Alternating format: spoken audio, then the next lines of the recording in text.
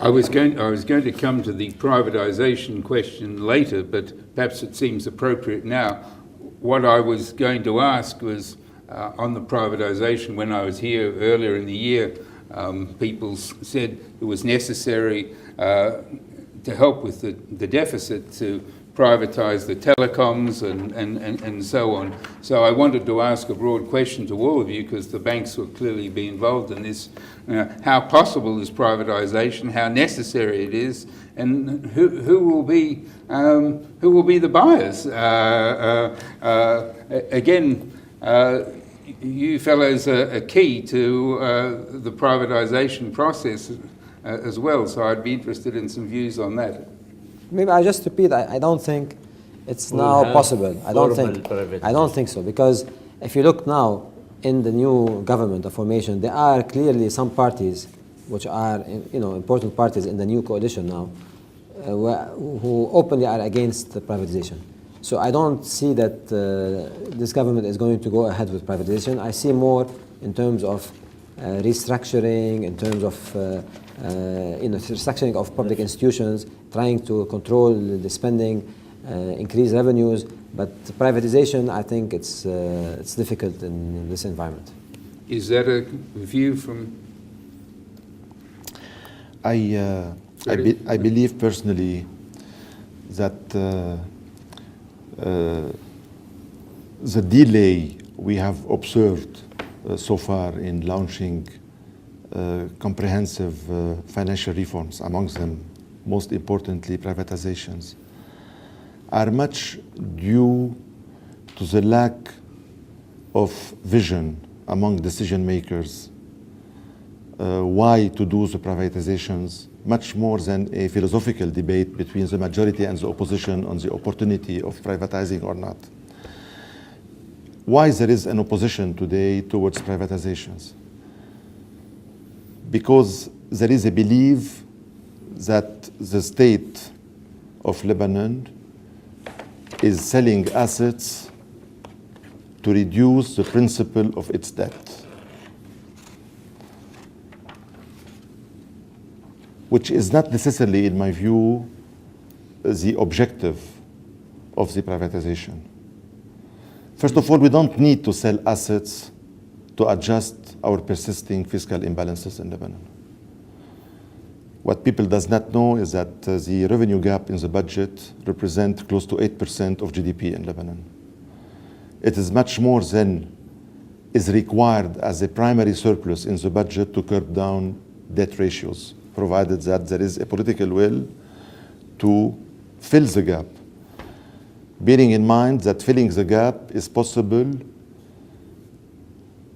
through improving collection, not necessarily through increasing tax rates. But this is another issue.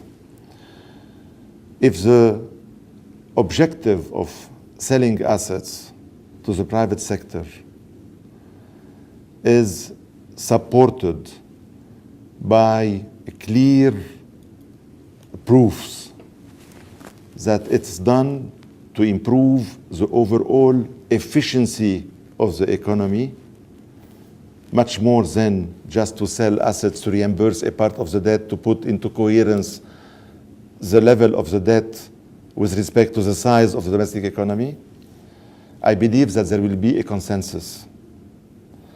But there is some fears among some parties in Lebanon that we are selling assets to pay back, our debt, whereby we can sell them, benefit throughout reducing the principal, because arithmetically, this is how it would translate.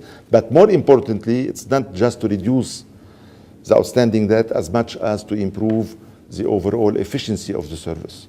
Can I conclude on this, because we have to move on a little, that privatization is not necessary to cut down the deficits? First of all, we talk about it here. Yes. The political in the political sector, people don't talk about it. The media doesn't discuss it, barely. Unfortunately, these things, we discuss things over which we have little control, and things, bread and butter issues, we don't discuss. Neither the politicians nor the media. So there is nothing wrong in selling assets to reduce the debt because we're heavily indebted. It's not the only objective. But if one objective, and in my view, one objective should be to sell assets to reduce debt, there is nothing wrong in that. Second, let's look at the assets we have to sell. The main asset is the telecom sector that has value, and that, if it is sold at market prices, could reduce our dollar-denominated public debt by up to a third or more. It's not insignificant. And reduce debt service and change the whole face of public finance and banking and balance sheets. And our improve efficiency as well. The key thing here is privatization may be a name in itself, may not be, but the main thing is to create jobs, which we don't discuss or very little, and to create more competition. What does the central bank have to do in owning an airline? And why should we have a monopoly in the airline sector? We always had competition. In our banks, we are good because it is a very competitive sector and well regulated. The central bank has no business in owning Middle East Airlines and should sell it yesterday, and it's a mistake to keep it. More importantly, we should not keep the monopoly. We should open the sector up for competition, because competition will generate jobs, will generate foreign exchange,